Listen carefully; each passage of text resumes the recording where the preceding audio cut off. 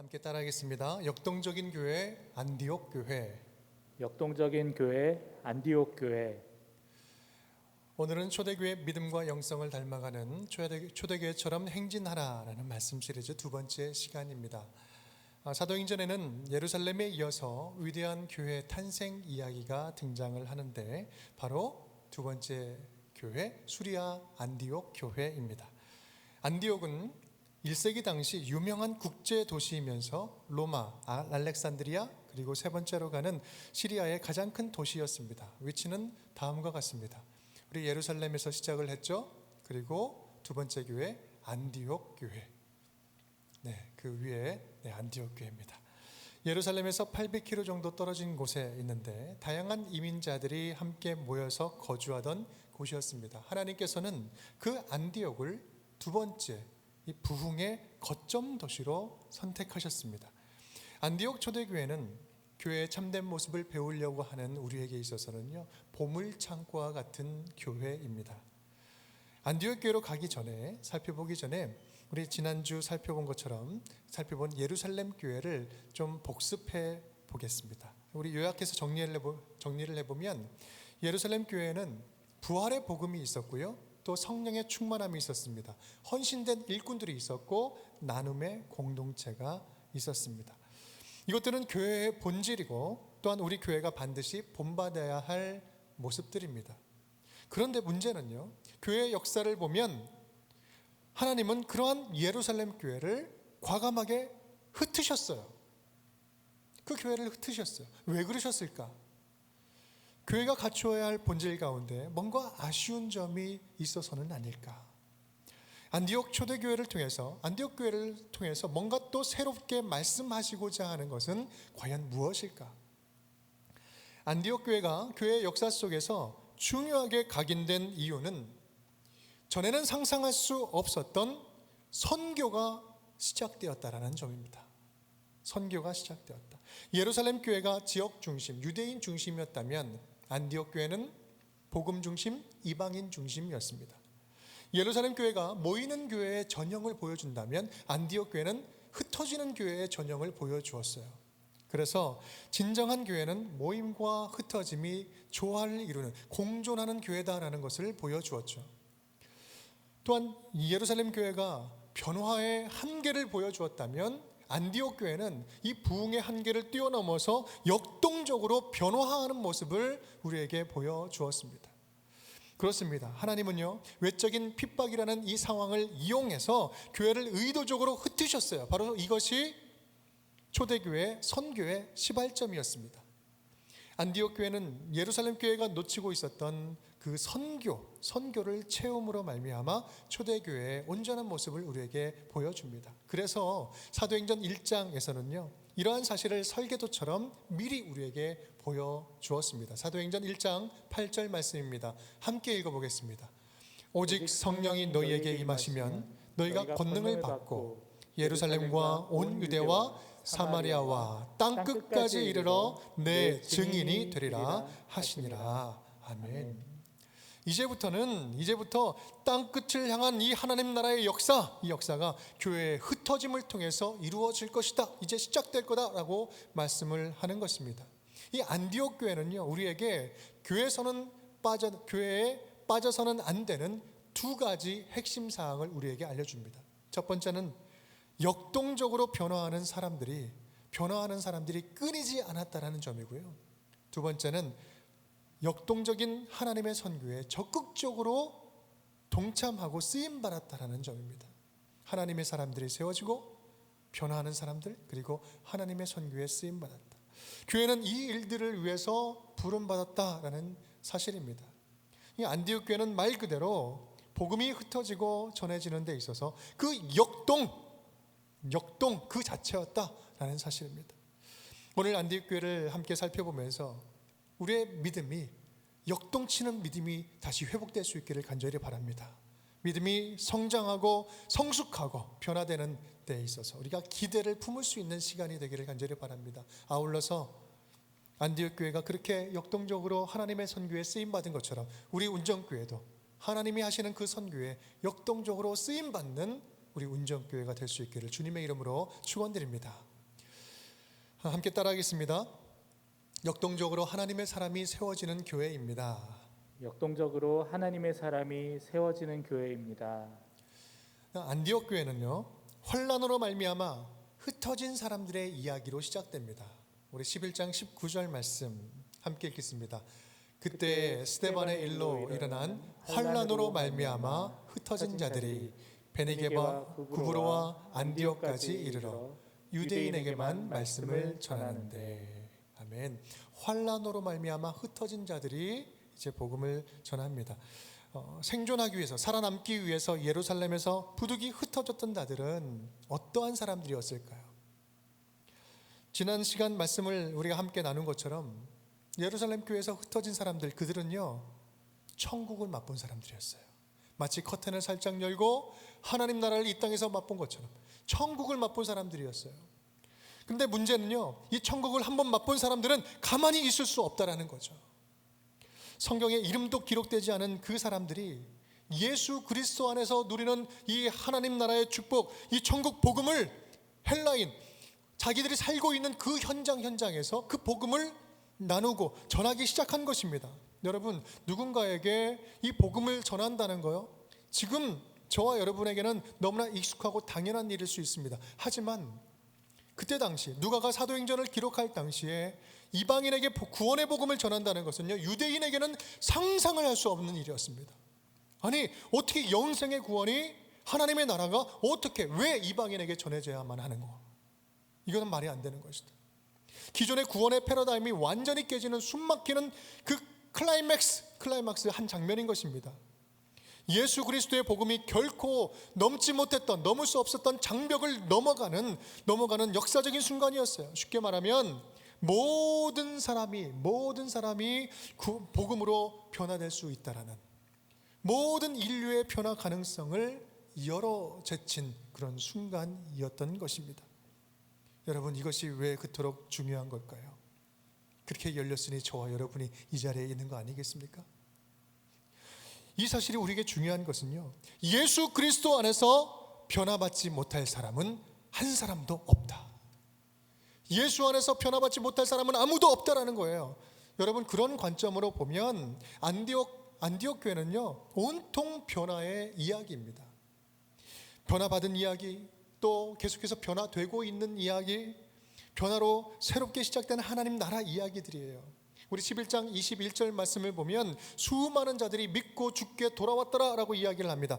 마치 기다렸다는 듯이 복음이 전해지자마자 이방인 신자들이 막 늘어나기 시작하는 거예요. 삶이 변화됩니다. 사울을 보십시오. 핍박자요, 박해자였던 사울이 회심 후에 이 안디옥에서 비로소 말씀 사역자로 데뷔를 하게 됩니다.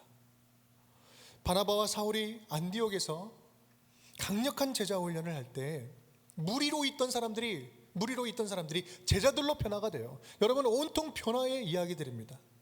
사실 안디옥 교회는 예루살렘에 비하면 크지 않아요. 규모도 작았습니다. 역사도 없습니다. 전통적인 인프라도 없어요. 모아놓은 재정도 넉넉하지 않았습니다. 하지만 그 안디옥 교회 안에는 역동적으로 변화하는 사람들이 있었습니다. 남녀노소, 인종, 출신을 불문하고 불신자가 회심하고 이방인이 복음을 듣고 변화되고, 아니 더 나아가서 지도자로 세워지는 거예요. 성품과 인격이 변화되고 믿음이 성장했습니다. 어디에서요? 이 안디옥에서. 오늘 함께 읽은 본문을 보면 안디옥 교회에 그 지도자들의 이름이 나옵니다. 우리 13장 1절 말씀 다 함께 읽어볼까요? 안디옥 교회에 선지자들과 교사들이 있으니 곧 바나바와 니게르라 하는 시므온과 구레네 사람 루기오와 분봉왕 헤롯의 젖동생 마나엔과 및 사울이라. 여러분, 지금 5명이 등장을 하고 있습니다. 니게르, 루기오, 마나엔, 바나바, 사울, 이 5명이 등장을 하는데 모두 다 당시 안디옥의 대표적인 영적 지도자들이었습니다. 모두 성령 안에서 변화받고 지도자로 세워진 것이죠.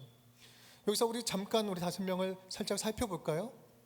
니게르라 하는 시므온, 니게르. 여러분, 니게르라는 말은 니그로라는 말이에요. 검은 자, 흑인이라는 말입니다. 아프리카 출신이에요.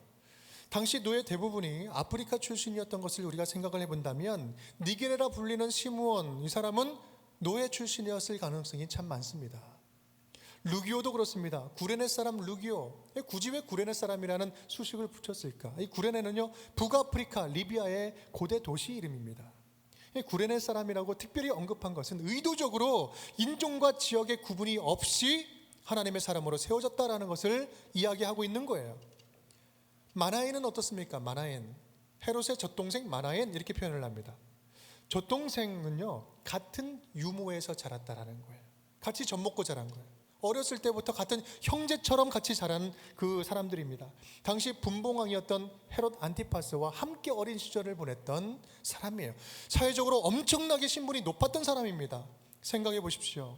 함께 어린아이부터 자라는 거예요. 함께 자란 두 사람, 한 사람은 빌라도와 함께 예수님을 잡아 죽이는데 일조한 사람이요, 한 사람은 교회, 예수님께서 세우신 이 교회의 지도자로 세워지는 거예요. 이 헤롯의 젖동생이라는 이 표현, 이 짤막한 이 표현은요, 이 복음이 가져다주는 인생의 변화를, 극적인 대조를 보여주고 있는 거예요. 누구를 만나서 어떻게 변화되느냐? 예수 그리스도를 만나서 영원한 천국을 소유하는 하나님의 제자로 변화되느냐? 아니면 예수를 죽이러 다니는 사람으로 변화되느냐? 바나바는 어떻습니까? 구브로 출신의 레위인 족속 사람이었어요. 사울은요, 유대인 랍비 후보생이었습니다. 뛰어난 학자였습니다. 여러분, 얼마나 다양합니까? 이 5명이 인종, 지역, 출신, 신분, 학식, 문화적인 배경, 이 모두가 다 완전히 달라요. 다양한 사람들이 각각 있는 데서 하나님께서 만져주셔서 예수 그리스도를 구주로 만나서 회심하고 새 사람으로 변화되었습니다. 예전에는 중요하게 여기던 것들이 복음 안에서는 이제 중요하지 않은 문제들이 됩니다. 또 예전에는 서로 구분짓고 달랐던 그런 부분들이 이제는 모두가 다 똑같아졌어요. 어디 안에서? 복음 안에서. 끊임없이 복음이 삶을 변화시켰고 계속해서 성장시켰고, 복음 안에서 하나의 교회 공동체를 이루었고 한 마음을 품고 계속해서 함께 교회를 세워가는 지도자로 세워졌던 것입니다. 여러분, 출신도 다르고 생각도 다르고 완전히 달랐던 사람들이 어떻게 하나의 공동체에 이것을 이룰 수 있습니까? 이게 어떻게 가능한 일이겠어요? 예수 그리스도 안에서 새 사람이 되니까, 옛것은 완전히 지나가고 새 사람이 되니까, 십자가에서 나는 죽고 내가 다시 한번 내 안에서 예수가 살아나니까 모두가 그 예수 안에서 하나가 될 수 있는 이 복음이 가져온 진짜 기적 그 자체 아니었겠습니까? 그렇습니다. 안디옥 교회가 보여주는 교회의 본질적인 모습은요, 하나님의 사람들이 멈추지 않고 끊임없이 세워지는 교회였습니다.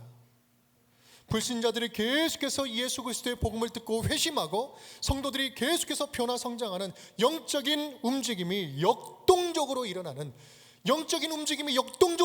교회였다는 사실이에요. 우리 운정교회가 바라고 닮아가고자 하는 교회의 모습이 바로 이런 교회의 모습입니다. 주님을 알지 못하는 자들이 예수의 소식을 듣고 주님을 알고 따르는 우리들이 계속해서 변화를 멈추지 않냐고 성장하고 성숙해가는 이런 모습, 멈추지 않고 성장하는 모습 말입니다.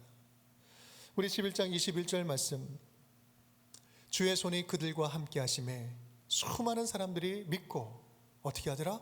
주께 돌아오더라. 주께 돌아왔다. 이 돌아왔다라는 말은요, 에피스트레포, 회심이라는 단어예요. 회심이라는 단어는 세상을 향하던 삶의 목적을 주님을 향하게 돌이키는 것, 마음의 방향을 돌이키는 거죠. 안디옥 교회가 초대교회의 역동적인 부흥의 모델이 될 수 있었던 이유도 바로 안디옥 교회에 회심하는 자가 끊이지 않았기 때문에 그렇습니다. 진정한 교회는요, 회심이 계속해서 일어나는 교회예요. 끊임없이 마음의 방향이 주님께로 돌아가는 것, 다시 한번 주님을 다른 곳으로 가던 우리의 마음들이 주님께 돌아오는 것들, 불신자들이 주님께 마음을 돌이키고 회심하고, 또한 기존의 신자들이 순간순간 다른 곳으로 향하는 그 우리의 마음들을 다시 한번 주님께 돌리는 매너리즘에 빠졌던 그런 기존 신자들도 계속해서 회심하는 교회, 그것이 바로 진짜 교회인 것입니다. 생명이 있는 교회는 계속해서 불신자들을 초청하는 교회, 사랑으로 초청하고 먼저 가서 섬김으로 교회에 초청하는 거예요. 복음을 알지 못하는 자에게 좋은 소식을 계속해서 들려주는 거예요. 누구나 올 수 있고 누구나 참여할 수 있고 이 교회를 방문할 수 있고 복음을 들을 수 있도록 문턱이 낮은 교회, 성도들의 마음이 따뜻한 교회, 누가 와도 예수님을 만날 수 있도록 회심을 도와주는 사람들이 풍성한 교회, 그것이 진짜 초대교회를 닮은 모습인 것입니다. 여러분, 우리 운정교회가 그런 교회가 되었으면 좋겠습니다. 계속해서 우리 성도들이 변하고 자라고 성장하는 그러한 교회가 되었으면 좋겠습니다. 그런데 여러분, 우리는 여기에서 중요하게 점검해 볼 질문이 하나 있습니다. 그것은 바로 우리는 과연 우리의 삶이 변화될 것이라는 것을 기대하고 있는가? 우리의 삶이 변화될 수 있다라고 믿고 있는가? 성장의 가능성을 믿고 진짜 복음 안에서 변화될 것을 내가 기대하고 있는가? 아니, 내가 변화될 것을, 성장할 것을 내가 포기해버리지는 않았는가? 제가 첫 전도사 시절입니다. 한 교회에서 오랫동안 심무하셨던 나이가 좀 많이 드신 목사님이 개인적인 사적인 자리에서 이렇게 푸념하듯이 저한테 말씀을 해주셨어요. 개인적인 자리니까 편하게 말씀을 하셨는데 저는 그 말씀이 굉장히 큰 충격으로 와닿았어요. 그때 그 교회에서 좀 뭔가 속상한 일이 있었던 모양입니다. 이렇게 말씀해요. 백날 설교해도 사람은 변화되지 않더라. 백날 설교를 해도 사람은 안 변화되더라. 무슨 말씀인지 네 하고 이렇게 듣긴 했는데 갓 새내기 전도사로서는요, 저에게 그 말은 굉장히 충격적이었어요. 이 말씀을 내가 어떻게 이해해야 되지? 어떻게 반응하고 받아들여야 되지? 이게 진짠가? 솔직히 보면 맞는 말 같기도 하고 안 맞는 말 같기도 하고 헷갈리는 거예요. 그러면서 드는 생각이, 그런 기대가 없으면 설교자가 백날 설교해도 사람이 변화되지 않는다는 이런 그 변화에 대한 기대감이 없으면 앞으로 평생 어떻게 하나님의 말씀을 들고 어떻게 설교자로 내가 한평생을 섬길 수 있을 것인가? 그런 마음이 확 온 거예요. 또 한편으로 생각하는데요, 실제로 저도 교회 안에서 자라고 성장하고 쭉 왔는데 평생을 하나님의 말씀을 듣고 설교 말씀을 들었다고 하는데 일도 변화되지 않은 것 같은 분들이 너무 주변에 많이 생각나는 거예요. 이게 뭐지? 뭐가 진짜지? 그렇게 고민하는 중 심각하게 고민에 빠졌는데 말씀 연구를 하는데 하나님께서 문득 이런 마음을 주시는 거예요. 설교는 사람을 변화시키지 못할 수 있다. 그런데 말씀은 사람을 반드시 변화시킨다. 설교는 사람을 변화시키지 못한다 할지라도 말씀은 가능하다, 말씀은 능력 있다라는 거예요. 설교, 말씀, 여러분, 우리는 그냥 통틀어서 생각을 하고 있었죠. 저도 그랬습니다. 가슴에 쿵 때려주는 말씀인데 저에게 큰 도전이 되었어요. 그렇습니다. 설교는요, 가장 강력한 메시지의 도구입니다. 다만 설교는 말씀을 담고 있는 도구일 뿐입니다. 설교는 목사인 사람이 하지만 하나님의 말씀은 하나님께서 전해주십니다. 저는 그때 이후로 다짐을 했어요. 저는 설교를 잘하는 사람이 아니라 하나님의 말씀을 정직하게 전하는 사람이 되고 싶습니다. 여러분, 하나님의 말씀은 운동력이 있어서 좌우의 날선 검과 같습니다. 아주 다양하고 자유롭게 활동하세요. 한 사람 한 사람 주님께서는 직접 친히 찾아가세요. 하나님의 말씀은 모든 사람들 가리지 않고 찾아가십니다. 그리고 만나주세요. 그리고 그 심령 골수를 찔러 쪼개며 때로는 치유하시고 고치시고 위로해 주세요. 하나님의 말씀이 직접 하시는 일입니다. 하나님의 말씀은 역동적으로 한 사람을 완전히 변화시키기에 충분합니다. 하나님의 말씀이, 생명의 말씀이 제대로 심기기만 하면, 제대로 전해지고 제대로 듣기만 하면 사람은요, 변화될 수밖에 없습니다. 여러분은 얼마나 예수 안에서 변화되기를 기대하고 있습니까? 예수를 믿는 하나님의 자녀로서 얼마나 내가 부흥하고 성장하고 내 삶이 변화될 것이라는 것을 기대하십니까? 아무리 해도 내가 10년, 20년, 40년을 신앙생활해도 변하지 않는 사람들을 보면서, 변하지 않는 자기 자신을 보면서 낙심해서 쓰러져 있지는 않습니까?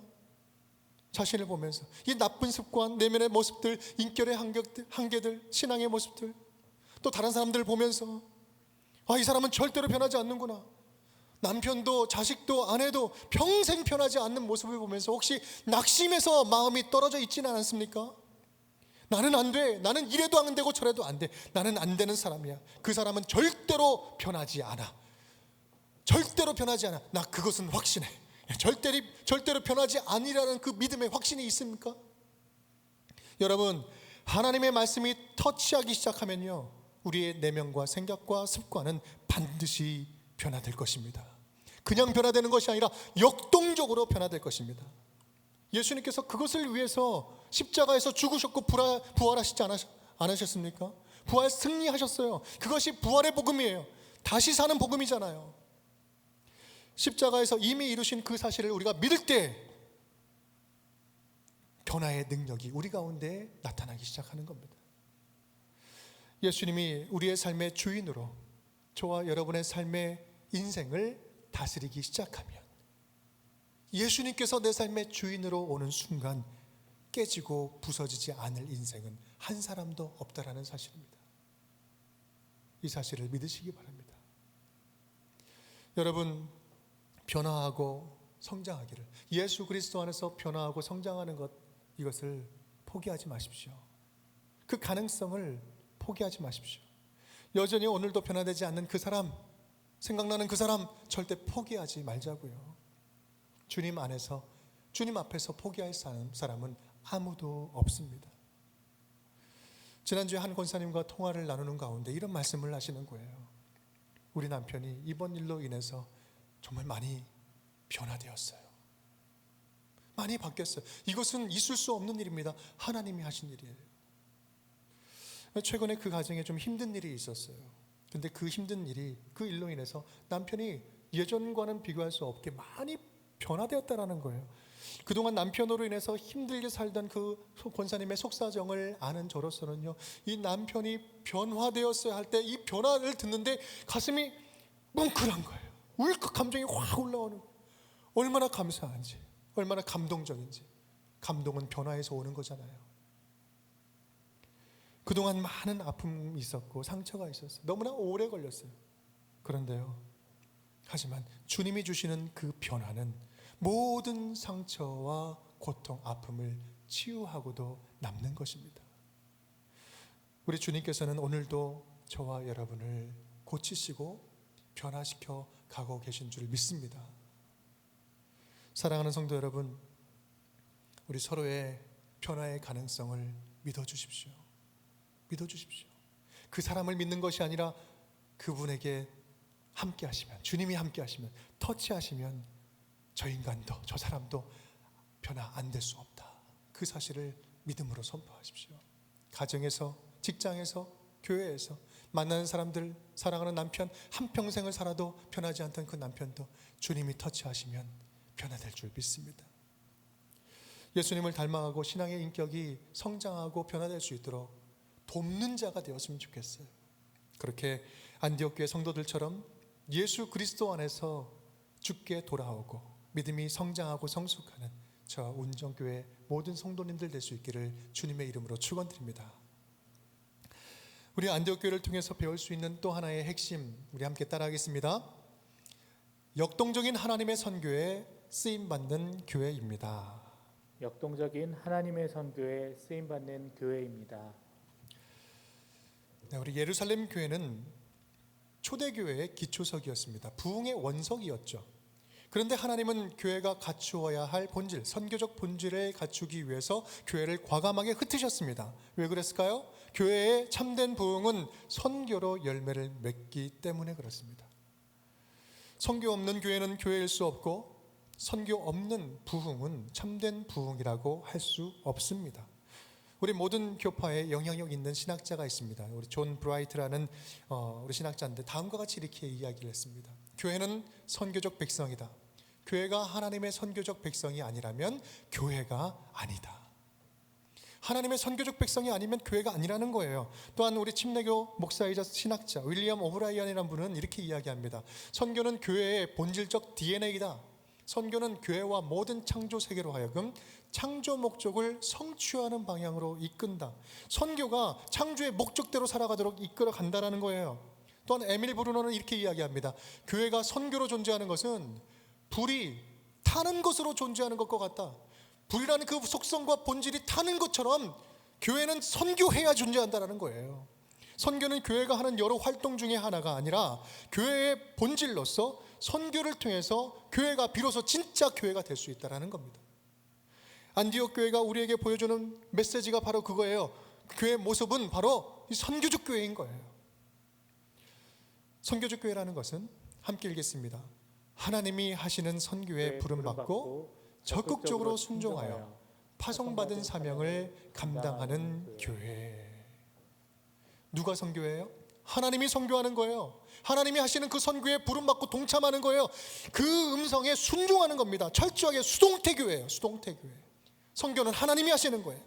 그 본격적인 선교 이야기가 오늘 본문 말씀 2절 말씀입니다. 우리 함께 읽어보겠습니다. 2절 말씀. 주를 섬겨 금식할 때에 성령이 이르시되 내가 불러 시키는 일을 위하여 바나바와 사울을 따로 세우라 하시니. 아멘. 선교가 시작될 때 주어가 누구예요? 성령이 이르시되. 이 내용에는 몇 가지 주목할 특징들이 있습니다. 먼저 성령님께서 이렇게 말씀을 하실 때 안디옥 교회는 무엇을 하고 있었을까요? 무엇 하고 있었죠? 금식하고 있었어요. 금식하고. 대개 금식은 긴박한 문제가 생기거나 문제 해결을 위한 최후 수단으로 주님 앞에 들고 나아가는 거 아닙니까? 그게 좀 익숙하죠?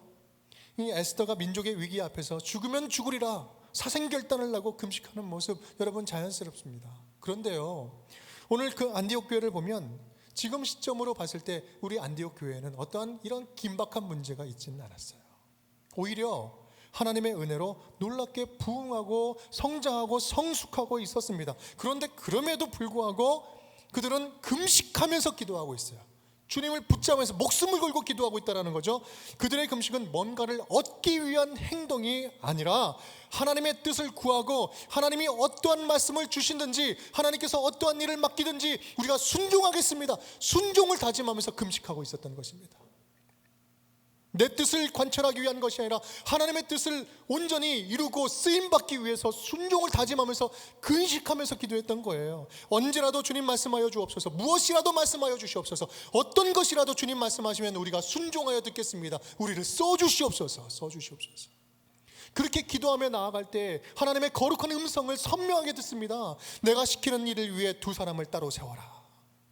여러분이 이 말씀은요, 초대교회에서 본격적으로 선교사를 파송하는 극적인 장면이에요. 역사적인 장면이에요. 이 다음 구절부터 사도 바울의 전도 여행이 시작되는 거예요. 1차, 2차, 3차. 선도의 주도권이 누구에게 있어요? 철저하게 하나님께 있습니다. 그 선교가 어떻게 이루어집니까? 그 말씀에 순종으로 반응하는, 철저하게 순종으로 반응하는 공동체를 통해서 이루어지고 있는 것입니다. 성령께서 그렇다면 보내라고 하는 사람들은 누구예요? 바나바와 사울. 쉽게 말하면 그 교회에서 가장 중심에 있는 사람들이에요.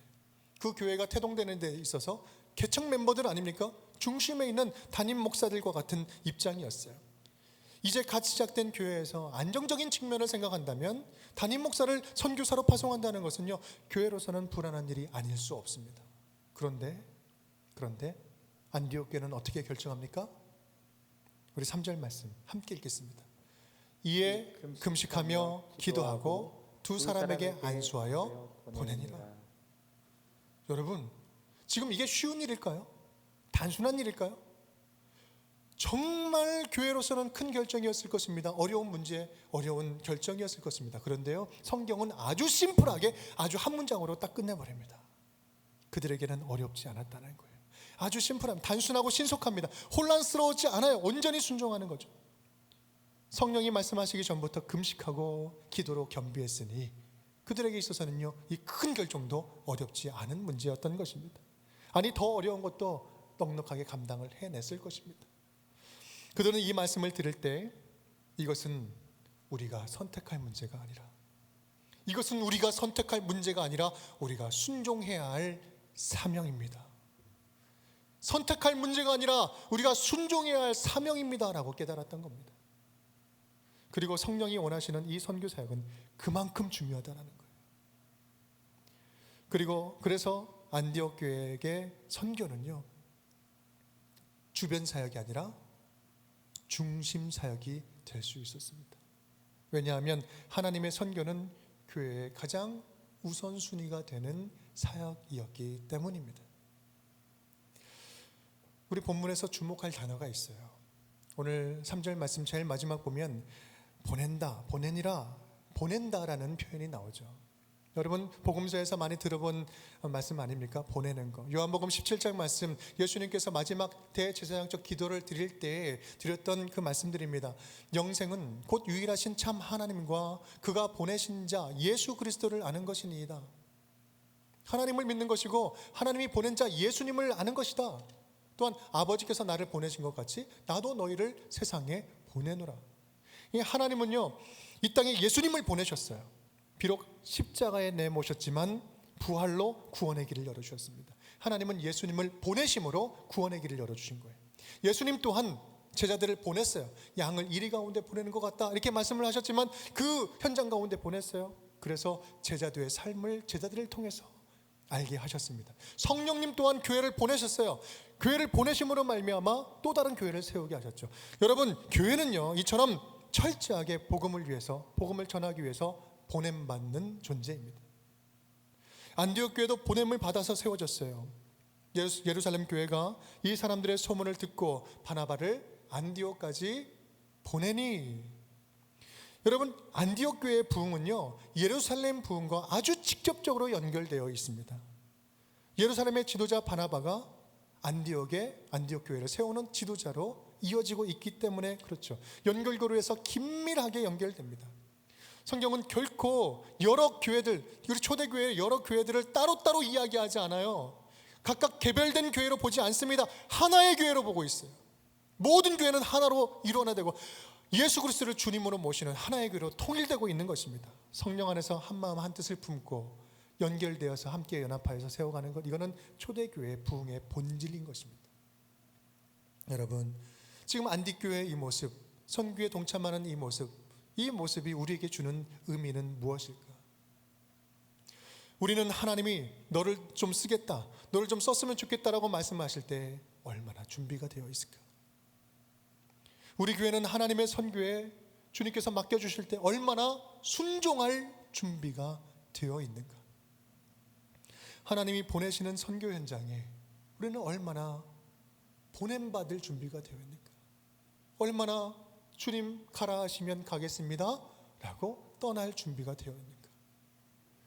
하나님이 보내시는 삶의 현장, 지금 우리가 살아가는 삶의 현장이 다 선교적 현장 아니겠습니까? 그 삶의 현장에서 우리는 얼마나 복음으로 무장되어 있는가?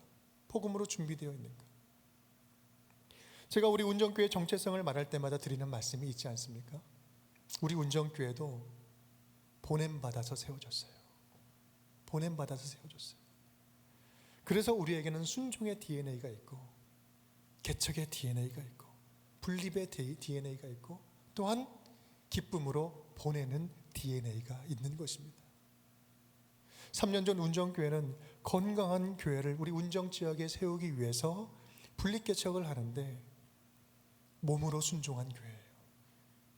그냥 마음으로만 순종한 게 아니라 몸으로 불편함을 감수하면서 순종한 교회입니다. 머리로만 순종한 것이 아니라 몸으로 말뿐이 아니라 행동으로 순종해서 세워진 교회입니다. 그것이 바로 지금 저와 여러분이 있는 교회예요. 여러분이 그 자리에 앉아 계신 것입니다. 여러분 이것은 우리에게 단순한 부담스러운 것이 아니라 거룩하고 위대한 사명인 줄 믿습니다. 우리 교회에게만 주신 독특한 사명과 그 DNA를 우리는 다시 반드시 기억해야 돼요. 한국 교회에게 건강한 교회, 우리 개척과 성장에 대한 좋은 모델이 되는 사명을 우리에게 주시지 않았습니까? 또 암울한 상황 속에서도 소망을 주는 교회로 하나님의 말씀을 전하는, 지역을 섬기는 선교적 사명을 우리에게 주시지 않았습니까? 건강한 교회가 건강한 교회를 낳고 함께 연합해서 행복하게 복음의 말씀을 전하는 이 복음 전파의 사명을 우리 교회에게 주시지 않았습니까? 안디옥 교회를 선교적 교회로 세우시고 놀랍게 사용하신 것처럼 우리 운정교회를 그렇게 써주시고 사용해 주시기를 간절히 바랍니다. 주님께서 그러한 자리로 우리를 불러주셨어요. 우리의 감정이 이끌어가는 교회가 아니라, 내 생각이 이끌어가는 교회가 아니라 하나님의 사명이 이끌어가는 교회가 될 수 있기를 간절히 바랍니다. 그래서 우리 운정교회 끊임없이 하나님의 사람들이 멈추지 않고 세워지고 불신자들이 회심하고 우리의 믿는 자들이 믿음이 새로워지고 더욱더 성숙해지며 하나님이 언제라도 무엇이라도 말씀하시면 네 알겠습니다 순종하며 나아가는 하나님의 선교에 동참하는 우리 운정교회 모든 성도들이 될 수 있기를 주님의 이름으로 축원드립니다.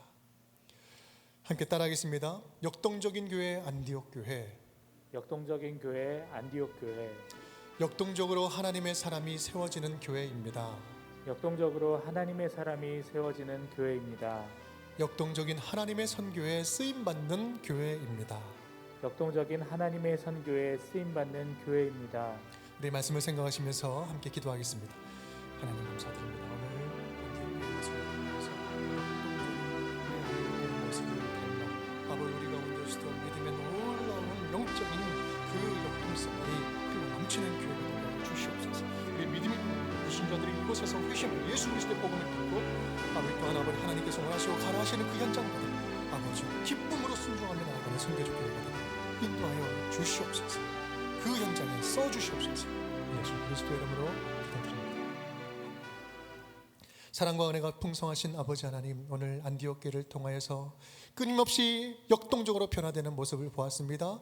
끊임없이 역동적인 하나님의 선교에 쓰임받는 교회임을 보았습니다. 성도들이 우리의 교회가 그런 교회가 되게 하여 주시옵소서. 예수 그리스도의 이름으로 축복하며 기도드립니다.